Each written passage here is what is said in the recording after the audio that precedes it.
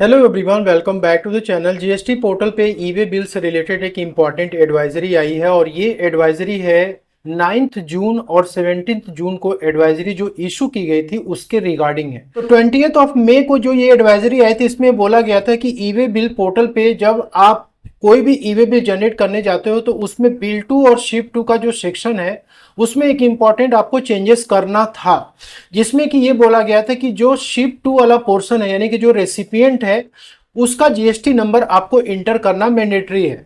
तो यहाँ पे जब आप ई वे बिल सेक्शन में आप आओगे तो यहाँ पे जनरेट न्यू पे आपको जाना होता है ई वे बिल जनरेट करने के लिए। अब बिल टू शिप टू में 3 पार्टीज इन्वॉल्व होती हैं। यहाँ पे जो बिल फ्रॉम वाला आप सेक्शन देख रहे हो और डिस्पैच फ्रॉम वाला, इसमें एक सप्लायर है जो कि गुड्स को डिलीवर करने वाला है। मान लो कि यहाँ पे ये जो बिल टू वाली पार्टी है इसने क्या किया, बिल फ्रॉम वाले पार्टी को कोई भी ऑर्डर किया कि भाई आपको हमें गुड्स डिलीवर करना है, लेकिन ये जो बिल टू वाली पार्टी है ये अपने प्लेस पे गुड्स को डिलीवर ना करवा करके बोलती है कि आप जो है शिप टू वाली पार्टी यानी कि कोई भी पर्सन होगा जिसको कि गुड्स डिलीवर करना है। तो यहाँ पे जो बिल टू वाली पार्टी है उसके इंस्ट्रक्शन पे जो यहाँ पे बिल फ्रॉम वाला सप्लायर है वो क्या करेगा, अपने गुड्स को यहाँ पे डिस्पैच करेगा।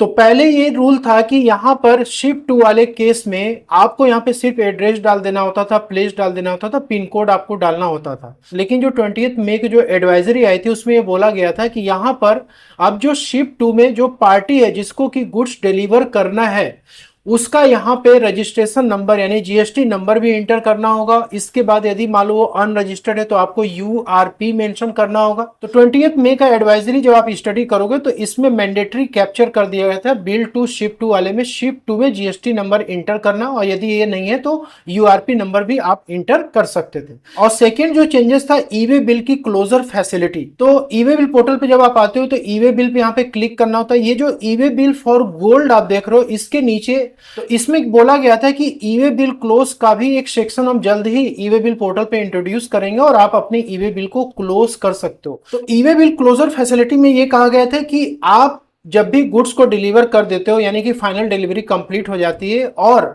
जो ई वे बिल की वैलिडिटी है अभी तक कंप्लीट नहीं हो पाई है तो आप इमीडिएटली पोर्टल पे आकर के उसको क्लोज कर देना। ये जो क्लोजर है सप्लायर, रेसिपिएंट, ट्रांसपोर्टर कोई भी कर सकता था, ठीक है, लेकिन ये मैंडेटरी नहीं था, ऑप्शनल था, वॉलंटरी बेसिस पे किया गया था। अब दोस्तों क्या हुआ कि मई में ये जो भी एडवाइजरी आई जून से इसको एप्लीकेबल होना था, लेकिन क्या हुआ कि 17 जून को एक फिर से एडवाइजरी यहाँ पे आई और इसमें बोला गया कि भाई हमें बहुत सारी पार्टी से रिप्रेजेंटेशन रिसीव हो रहे हैं, इसके ऊपर ऑब्जेक्शन लगाया जा रहा है। तो 17 जून वाली एडवाइजरी में ये कहा गया कि ये जो भी इम्प्लीमेंटेशन है यानी कि ई वे बिल की क्लोजर फैसिलिटी होगी या फिर जो शिप टू में आपको डिटेल्स अपडेट करनी थी वो 1 अगस्त 2026 से पोर्टल पे एप्लीकेबल हो जाएगा। लेकिन जो करंट एडवाइजरी इन्होंने जुलाई 19 को निकाली है इसमें इन्होंने बोला कि जो भी 20th मई को और जो 17 जून को एडवाइजरी निकाली गई थी इम्प्लीमेंटेशन की उसको हम अभी करेंटली क्या कर रहे हैं, होल्ड कर रहे हैं।